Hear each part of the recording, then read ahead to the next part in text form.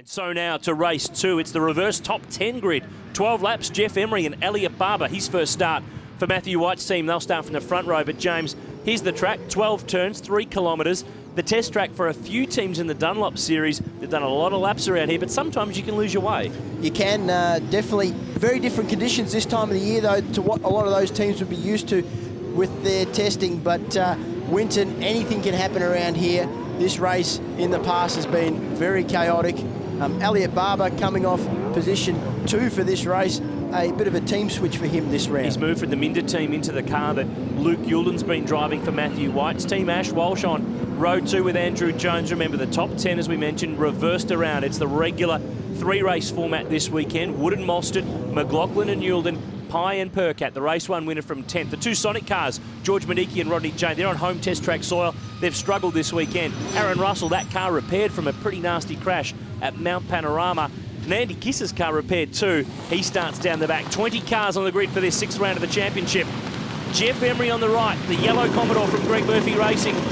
Elliot Barber in the white and black Falcon. Now, Andrew Jones was a little bit quick to get away, but Barber went nowhere. He's been swallowed in the pack. Thankfully, no one makes contact. Very lucky that nobody collected the back of that car, but perfect start for Jeff Emery. He leads the field through turn 1, and I think you're right. Looked like Andy Jones crept at the start. One of the Russell boys around there in turn 1 as well. I think that's the 3rd car from the Novocastrian team. Michael Hector has gone around in the background, but Jeff Emery sprinting clear. Jones next, then Walsh, Mostert, Wood, McLaughlin, Yulden, Pye. Nick Percat next in the Kotaya Commodore. Now, it's about getting into rhythm and picking up spots. Remember, this is a half-points race, so there's not as much on the line, but you need to be smart. And unlike the first race where we saw Chas Mostert get an absolute shocking start, he's at least been able to maintain position in this opening lap, so that's going to set him up well for a good result in this race. Scott McLaughlin in the Fujitsu Falcon, he's decided to go for his worst set of tyres for race 2, and by that I mean for qualifying in the 3 races, they get 2 sets of Dunlop control tyres. So quite often you'll see teams use 1 set for race 1 and 2, save up the other for race 3. Others will go for broke in the reverse grid race and try to get a benefit and move their way through the order, but he's decided to save them up for the 3rd race. And generally, Nunes, when I was racing in the development series, that's what I always like to do, save my best tyres for race 3.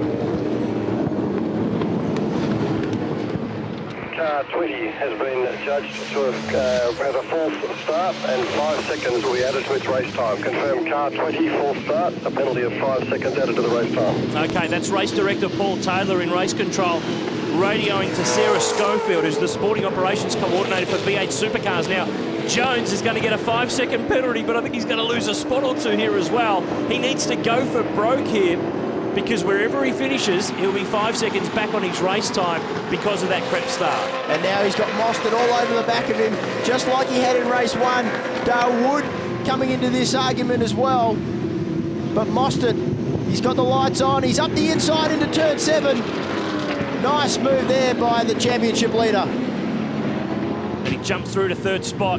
He starts the chase of Ash Walsh. It's pretty busy in the mid-pack here. There's not much between all of these cars. Another new livery, another new sponsorship for Andrew Jones this weekend in Frauenfeld, who are an Albury-based gate company. I reckon he needs some gates here to keep these blokes out. I'm glad you can pronounce that sponsor on the number 20 car, because I certainly can't. But look, the car definitely looks fantastic. Here's a replay now of the start, and it definitely was moving.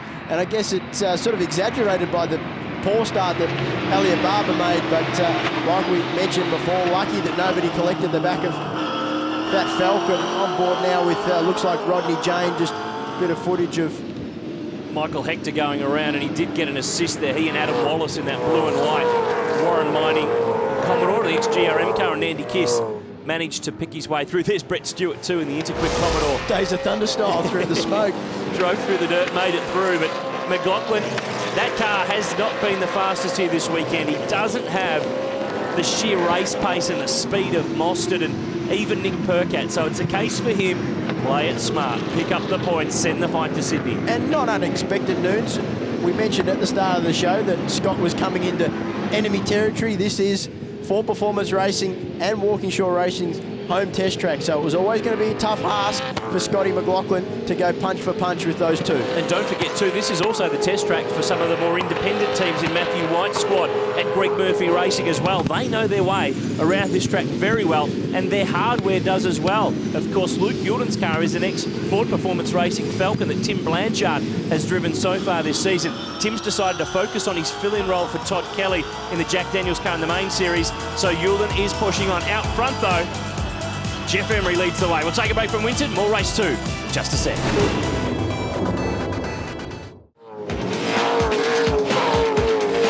The fast guys are working their way through the field. It's race 2, round 6 of the Dunlop series for V8 Supercars, the reverse top 10 race.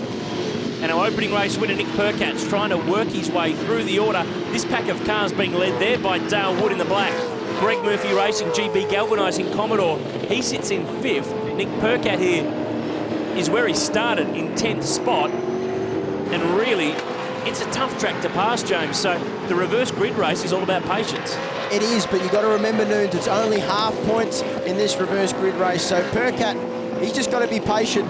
Try and pick off as many cars as he can to set up a good starting position for the third and final race. And it's a good point you make too, because it's the combined points that sort the grid for the final race. It's not a progressive one from where you finish in this race. So it is important to think bigger picture, and I can't remember a more exciting, tight title contest in the Dunlop series with as many cars that are mathematical, not just mathematical chances. I actually really don't like that term because it says it draws a long bow, but genuinely there are 4 guys who could win this crown. We haven't seen that in the DVS for a long time. Well, certainly things spiced up after race 1 with Chaz Mostard's penalty.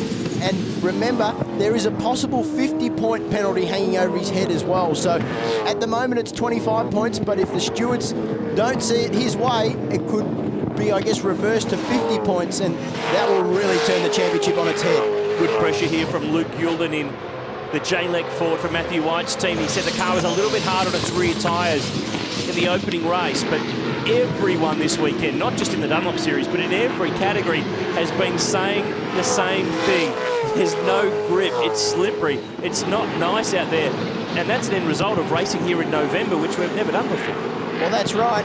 Normally we're racing in the middle of winter when it's lucky to be 10 degrees and nice, cool conditions for fast times, but this weekend track temperatures are up, the cars are sliding around and not generating the grip that we're all used to. Mostert on the hunt for Ash Walsh for second, Jones next, then Dale Wood, who's been really solid this weekend. He's been stringing together some really good results in the last few rounds, and Greg Murphy Racing will merge with Evans Motorsport from Formula Ford next year. Josh Evans, the team principal, is here in the GMR garage this weekend, so they're going to run a pair of ex-FPR Falcons in next year's Dunlop series, which the calendar was announced recently. We're going to the same venues as this year next year, so really exciting that we started the Clipsal 500 on that first weekend of March. And of course, all of the cars that are in the present main series no longer eligible in 2013, so there's a massive, really good hardware coming to play in the Dunlop series in 2013. It's going to be a great year for the championship next year, that's for sure. Like you say, a lot of new cars coming into the series, and it just looks like Scott McLaughlin's just starting to struggle a little bit. Luke Yulden trying to apply as much pressure to the back of that Fujitsu Falcon as he can, but impressive job here by Ash Walsh, first time in the FG Falcon, former Lucky 7 Tim Slade, Stone Brothers Racing Falcon, and he's doing a good job in second at the moment in this race. And this has been a downgrading this weekend. In one way, Matt Stone's team have specced up with a car, but they've sliced their team in half because Daniel Gillison, the young Kiwi who's been driving with them this year, not doing this round. So Ash is waving the flag and waving it very well. They did a very good test at Queensland Raceway with this car, and Ash has been champing at the bit to step up from the BF to the FG. But here this weekend, it's not their test track. The conditions are a little bit different. They've probably struggled just a little bit on what we would have expected. Yeah, you're right, but he's making use of, I guess, starting a bit further up the field than probably what he would have liked for this second race. But Yulden into the back of McLaughlin, coming out of turn 9. And look at Scott Pye there, just trying to put as much pressure on Yulden as he can. So one slip up from these guys in front, and I'm sure that Monster Commodore will be through. And hasn't Pye been the quiet achiever this year? He's driving last year's championship winning car that Andrew Thompson took to the series win. He's done some good stuff. He's had a pole or so. He's won races. He's been up there. He's been on the podium. But we haven't been talking about him as much as with Percat and with Mostert and with McLaughlin. He's still in the game. Well, I guess a lot of pressure on Scott coming in to what was the championship-winning car from last year. But we've got to remember, it's his first year in the Dunlop Series. So I think he's done a great job. He's obviously got some of the best equipment behind him. Super slow-mo of Jeff Emery throwing that R&J Batteries Commodore over the curbs at turn 6. And saving just a little on the right side, Dunlop's, as it lands back down the ex-Sprint Gas Racing Commodore. Here's Scott Pye, Monster Energy Commodore. And really no movement at the station here. McLaughlin, oh, hang on a minute, someone's off the road. Who is it? It's dust, there's dirt. It's one of the front runners, but it's hard to see. Oh, it's Mostert. Series leaders in the sand. Can you believe it? Wow, and he's bogged. He's going nowhere. He's gone. Lucky that this is a half points race, but he was in a prime position to pick up some more points on his title rivals, and he's ended up in the sandpit now.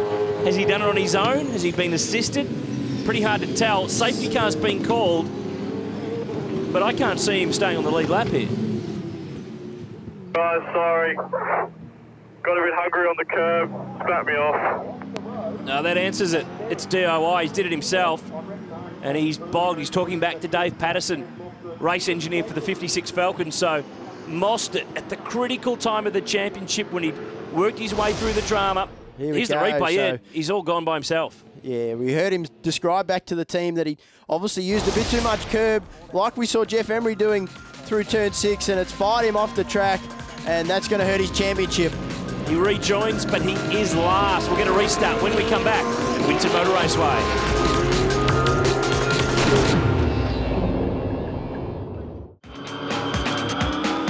Getting ready for a restart here at Winton Motor Raceway. Welcome back. It is race 2, round 6 of the Dunlop Series. We're on board with George Medicki, the Scitec iSeek Falcon. Out front on this restart is Jeff Emery. He's never won a Dunlop Series race. He's been a long-time series competitor, and he's only got 4 laps to go. Can he hang on? So he'll definitely have the eyes on the prize. But look at McLaughlin and Yilden. Yilden trying to go around the outside at turn 1. So McLaughlin must have got a poor restart for Yilden to get up alongside him, and now Pye's got to run up on him, but change for the lead. Walsh through on Emery at turn 3. And that was a good move from the Ipswich driver, and he gets a little bit of a rub back from the Victorian. It's getting wild and willing in race 2. Jones has got his nose in as well. This is drama. Oh. They're off at the sweeper. Emery and Walsh have gone bush bashing. Jones takes the lead. Woods through to second. McLaughlin's third now.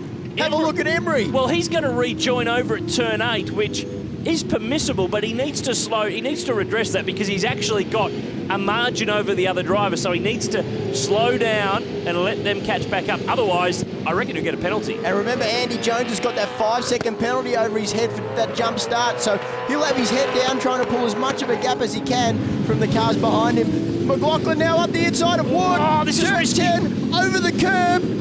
Can he get away with it? Oh, there's a rub on the exit. Wood to the grass. Pye to the inside. Yulden's out wide. The boys are going at it in this last couple of laps.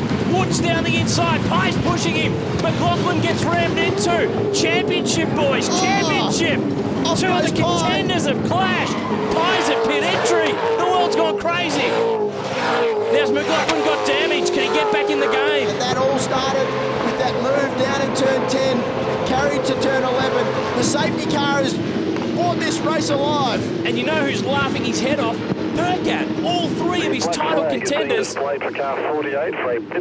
Jeff Emery is going to be penalised. He hasn't redressed to satisfy race control. But Percat is the winner here because Mostert's been off the road as a lap down. McLaughlin and Pye have clashed. They're further back in the pack.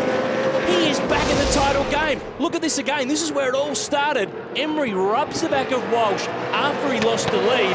Andrew Jones, I'm not sure if there's a bit of a rub with Walsh. Looks like there's just a little assist. They both run off. Walsh rejoined where he ran off. Jeff Emery kept going and came back on at turn 8.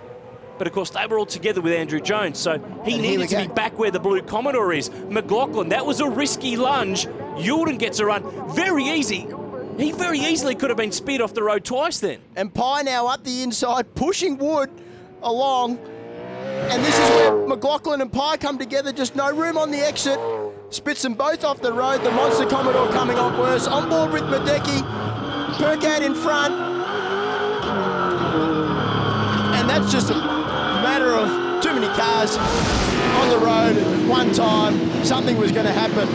And for Percat, he's probably got the biggest grin under that helmet out of all of them. And he's through to third place. But remember, the race leader, Andrew Jones, who's just turning into turn 4, he's going to get a 5-second penalty. So the man who's looking good for his first race win in the Dunlop Series is Dale Wood. More drama. Elliot Barber off the road. Brett Stewart involved. There's been more action in this race than the whole season so far. What is going on? Well, we always say at noon, safety cars either breed safety cars or just create craziness, and it's created craziness in this second race here at Winton. And how about this, though, for an angle? Barber's car's not moving. If they call the safety car, the field compresses Andrew Jones's 5 seconds, that'll tumble him way back in the pack because the field will be compressed. Yeah, that's the last thing Andy Jones wants, but this battle for second isn't over by any means. Percat, he's played it very smart in this race, set himself up beautifully for the third and final race. We've still got Luke Yilden charging on in P4. Jeff Emery fired off into pit lane there, so he'll be serving his drive-through penalty, and the safety car has been called. The worst news for Andrew Jones possible. Emery comes in, R&J Battery's car, takes its drive-through. So on the one hand, bad news for Greg Murphy Racing. On the other hand, good news for Greg Murphy Racing with Dale Wood. Petter's STP Nissan GTR safety car on the road. Jones the leader, but he's fried. He cannot win this race. The Russell boys are in the top 10. Here's what happened. Barber and Stewart got together. McLaughlin just managed to thread his way through the drama. The young Victorian's going nowhere. So this race will finish under safety car. There's no two ways about that. Definitely. Especially if they get the camera out of the thing and they can see from here when I go versus the light going out. So it sounds to me there, a bit of radio transmission between Andy Jones and his engineer, and it sounds, Noons, that Andy Jones isn't convinced he jumped the start. Yeah, well, they were very quick to give him the 5-second additional to the race time. Now, let's have a look again. Look at the lights versus the second row. Now, it's exaggerated because Barber stalls, but if you base it off the lights versus Jones's movement, he's probably got a case. We called it that he jumped the start at the beginning because it looked, whether he just got a better start than anyone else or not, that's something to argue later on. The fact is, this race finishes now. It finishes under safety car. It will pit. The race cars will go to the line at speed. So Jones needs to get as big a margin as he can here, but he can't win the race. So this is one of those weird circumstances that pops up every now and then. Checkered flag flies. Jones is first to the line. He has a 5-second penalty, so Dale Wood will win the race. And Nick Percat effectively takes home second, so fantastic result for him in this second race. Luke Yilden third, so great points for him and the Matthew White Motorsport team, but I'm not too sure we've heard the end of this one with Andy Jones. It says Andrew Jones P1, but that will not be the case. With the field compressed, he'll be classified 16th when you add 5 seconds on to his race time. So Dale Wood gets Greg Murphy Racing's first race win since Adelaide last year with the late, great Jason Richards. Chaz Mostert 19th, 1 lap down.